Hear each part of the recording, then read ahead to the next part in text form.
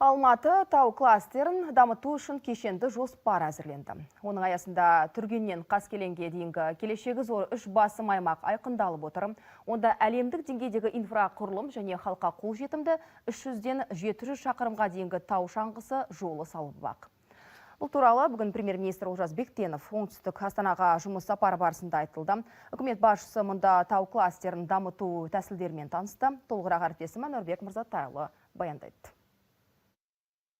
Премьер-министр Алматы тау кластері аумағын тікұшақпен аралап көрді. Кейін жауапты орган басшылары және отандық халықаралық сарапшылар қауымдастығы өкілдерімен саланы одан әрі дамыту жөнінде кеңес өткізді. Мұнда атқарылатын нақты жұмыстар, жоспарлар айтылды. Алматы тау кластері 2029 жылға қарай орталық Азиядағы жыл бойы қызмет ететін ең ірі туристік жобаға айналады деп көзделуде. Реализация всех трех фаз развития центральной зоны Алматинского горного кластера. Алматы тау кластерінің орталық аумағындағы 3 бірдей аймақты іске асыру негізгі туристік орындарды біріктіретін тұрақты тау шаңғысы инфрақұрылымын қалыптастыруға мүмкіндік береді.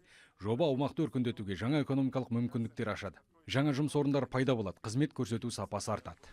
Бұл өте ауқымды жоба. Оны іске асыруға шетелдіктер де үлес қоспақ. Әр компания, ұйым өздерінің қолға алатын істерін баяндады. Әрқайсысының жоспарлары бар.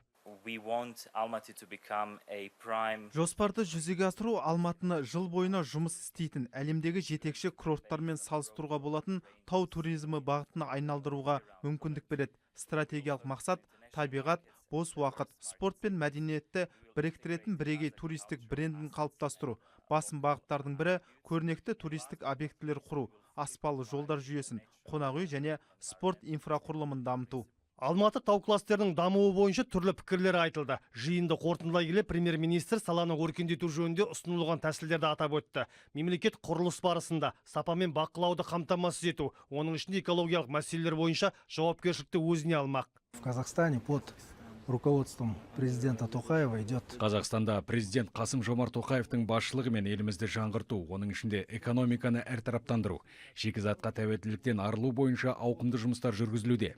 Қазіргі уақытта жоғары деңгейде өңделген өнім өндіру бойынша көптеген өнеркәсіптік ірі жобалар, сондай-ақ ауқымды инфрақұрылымдық жобалар іске асырылуда. Осыған орай менің ойымша туризм саласының қарқынды дамуы байқалады.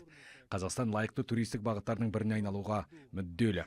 Оның үстіне бізде үлкен артықшылық бар. Бұл біздің тауларымыз. Әлемдік сарапшылар Алматының таулары әлемдегі ең үздік таулардың бірі екенін атап өтті. Бүгінгі таңда туризм саласы Алматының жалпы өңірлік өнімінің 3,9%-ін құрайды. 83 мыңнан астам адамды жұмыспен қамтамасыз етіп отыр. Былтыр қала 2 миллионнан астам туристі қабылдаған. Ал тау кластері жыл бойы жұмыс істейтін туризмнің алғашқы ірі жобасы болмақ. Бұдан өзге туризм және спорт министрлігінің мәліметінше Шығыс Қазақстан облысының Риддер қаласында тау шаңғысы курорттарын одан әрі дамыту жоспарлануда. Нұрбек Мырзатайұлы, Дулат Ентебеков, Хабар.